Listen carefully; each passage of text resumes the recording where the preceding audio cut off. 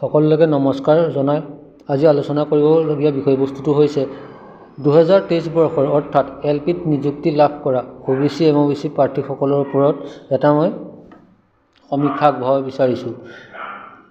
এই সমীক্ষাটো হৈছে যোৰহাট জিলাত যোৱা বছৰ যোৰহাট জিলাত OBC MOBC 13টা পদ খালী হৈছিলে।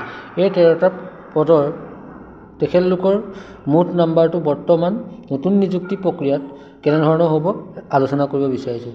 আপোনালোকে মই পইণ্টৰ পাছৰ সংখ্যাবোৰ নকওঁ, আপোনালোকে চাই যাব। প্ৰথমজনৰ 53, 55, 56, 57, 55, 54, 57, 56।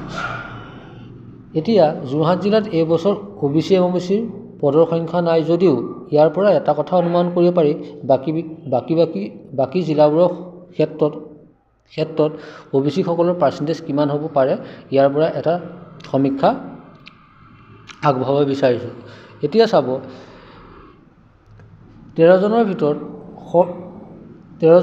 সকলোতকৈ বেছি পাৰ্চেণ্টেজ হৈছে নতুন নিযুক্তি প্ৰক্ৰিয়া চালে বেছি পাৰ্চেণ্টেজ হৈছে 11 নম্বৰ প্ৰাৰ্থীজনৰ। তেখেতৰ পাৰ্চেণ্টেজ হৈছে 63.6534%। এতিয়া 9 নম্বৰজনৰ 54, 10 নম্বৰজনৰ 61, 11 নম্বৰজনৰ অলৰেডি কোৱা হ'লেই, 12 নম্বৰজন 59, 13 নম্বৰজন 58।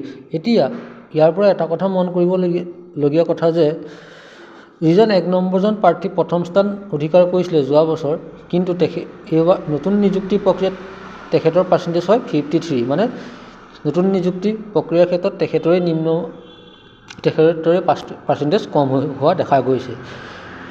আৰু এটা কথা কৈ থওঁ ইয়াতে, OBCৰ ক্ষেত্ৰত ইমানো পাৰ্চেণ্টেজৰ ওপৰত নাথাকিব, কিয়নো এইবাৰ NIOS আৰু BEdক যিহেতু নিযুক্তি প্ৰক্ৰিয়াত অংশগ্ৰহণ কৰিব দিয়া নাই, সেইবাবে পাৰ্চেণ্টেজ তুলনামূলকভাৱে যথেষ্টখিনি কম হ'ব বুলি আশা কৰিব পাৰি।